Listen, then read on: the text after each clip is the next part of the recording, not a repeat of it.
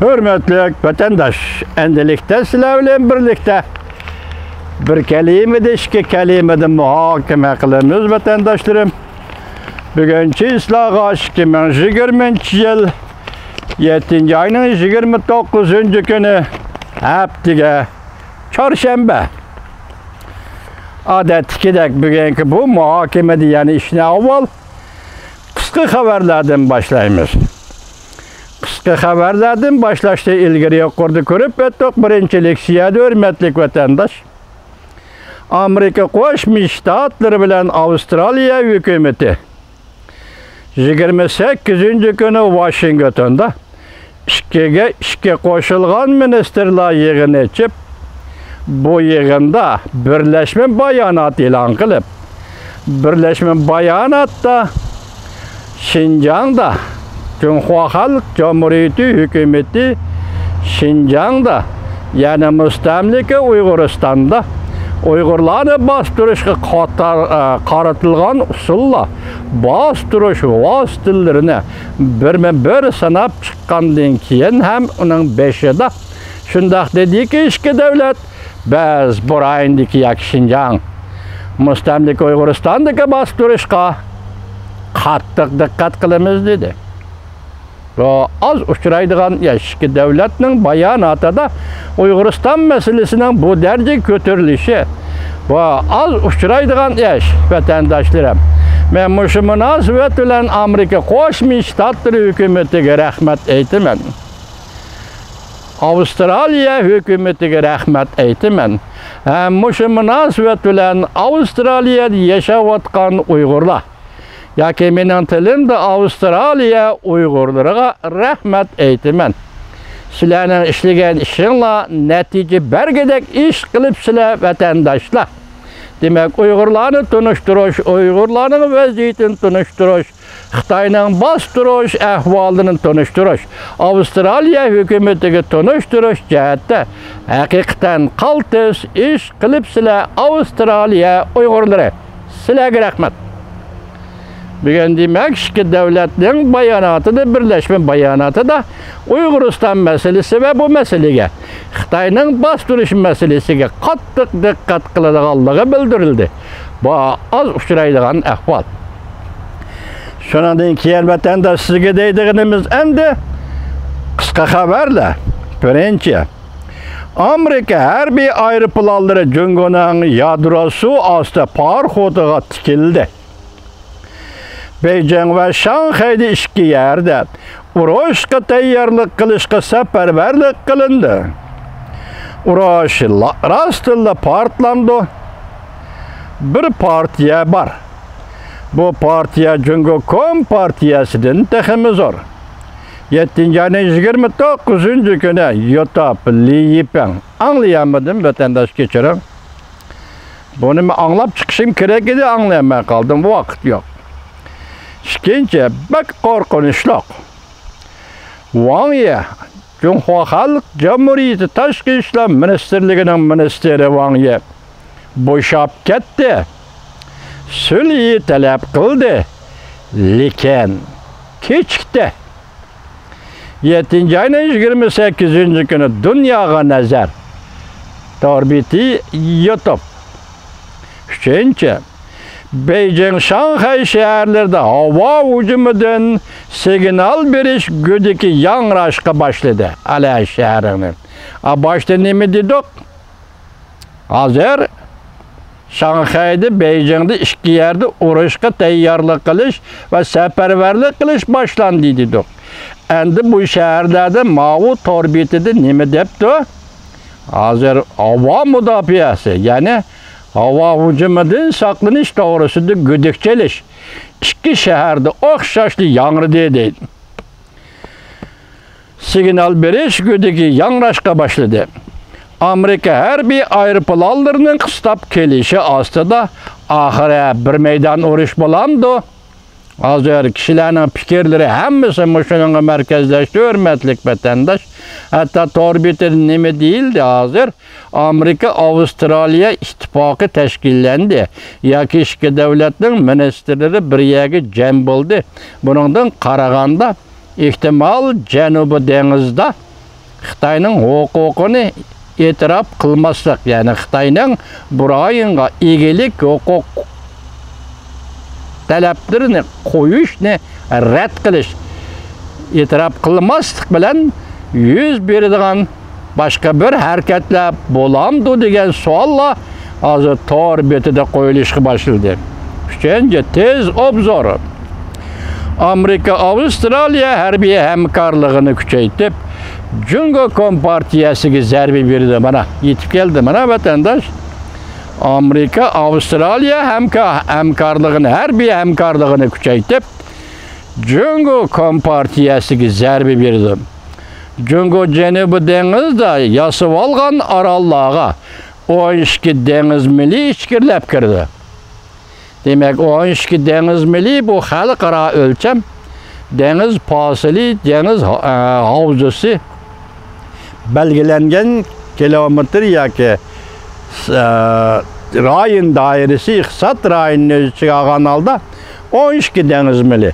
Demek Avustraliya bugün hazır Amerika Qo'shma Shtatlari mush yig'indan keyin 12 dengiz miligacha yetib keldi desa, buning ma'nosi boshqacha bo'ldi vatandosh. Demek chegaraga, Xitoyning chegaralariga yetib keldi degan bo'ladi. Bu 12 dengiz miligacha yetib keldi, ichkirlab keldi. 7-28 kun YouTube Gobavşen Media 30 tane uruş aeroplanı yerim keçide asmanga kötürüldü. 30 tane uruş aeroplanı yerim keçide asmanga kötürüldü. Tayvan boğazı qalay mı qallaştı? Tayvan Amerika Birleşmiş Armiyası iş ayrı hemkarlaşıp Kompartiya harbiy aeroplanlarını qorishawga aldı. Bu qaltis gapga hozir yana gap nima deydi? Amerika Tayvan Amerika Birleşmiş Armiyası iş ayrılıb, yani iş taqsimotı elib berib, Tayvan Amerika ikisi birleşib Kompartiyasının harbiy aeroplanlarını qorishawga aldı. Yana bir xabar. Beş gözler ittifaqı Jungo Kompartiyasiga qarshi turadigan bo'ldi. Yani ikinci bir mavzu, Amerika xalqaro matbuot bosh mudiriyat boshlig'i Michael Pack, biz yaqinda bu odam to'g'ri so'zlagan edi leksiyada. Michael Pack buyruq binoan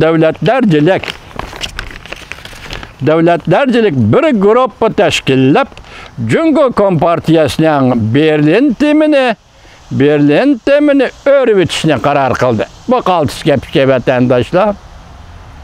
Amerika'da radyo şirketi mudiriyat başlığı yanından tayinlendi o. Şu vaqtda kararı neme değildi? 25 yıl takallışıp, 25 yıl münazirleşip, ahire biz bu hukukunu kolga aldık. Yani Prezident Trump hükümeti bu hukukunu kolga aldı. Şuna radyo işleri mudiriyat başlığı kılıp tayinlengen Michael Pack hazır iş düştü. Endi bir yerde neme deydi? Buyruk boyunca bir grup teşkillep. Biz endi Jungo Kompartiyasının Berlin temini, internet to'salg'usi, internetni cheklash, xalqaro internetning yurishlashtirilisini cheklash, hatta davlat ichida maxsus kanallarni cheklash, ba'zida taqab qo'yish degandek, maxsus xabarlarni, sezgur xabarlarni taqash va internet qo'yib bermaslik degandek, mushlarning hammasini qo'shganda Jungo Kompartiyasının Berlin temini örüp için hazır biz buyruq tapşırıp aldık. Muş işini beceremez dedi. Şimdi rahmet sizge Michael Pack efendi Erkin Asya radyo stansiyasida Libi İşte binimi gördüm Libi dedim. Libi'de bir binimi gördüm Libi dedim. Bu kişinin bir yerde peyda kılgan Cunguça Berlin temi var. Mesela sizden burun Libi Muşundaq ishni qilishni rad qilib keldi yoki kayniga tortdi degan xabarni Beztobanning maqolasi yoki xabari orqali bir qatim so'zlagan edik. Shunga hurmatli Michael Pak apandining Libibi Erkin Asiya radiosida paydo qilgan Berlin teminimi qo'shib vaqtida o'rgatishingizni sizga iltijo qilamiz apandim. En ahirki yana bir xabar, mushu daqiqalarda Beijing patparaq bo'lib ketdimi? Beijing markaziy televiziya stansiyasi Amerikaga qarshi turib, Chaushanga yordam beradigan koni kino film Shangallingni yani ekranga elib chiqdi. 7 ayning 28-kuni YouTube Changsınca.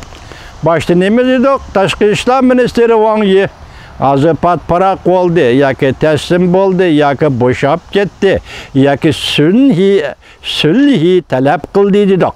Sulhi talab qildi, yoki taslim bo'lishga tayyorlandi dedik. Ya'ni markaziy televiziya stansiyasi demak, organlarda fikir birdakligi yo'q. Birisi taslim bo'lishga, sulhi tuzashga tayyorlik qilyapti.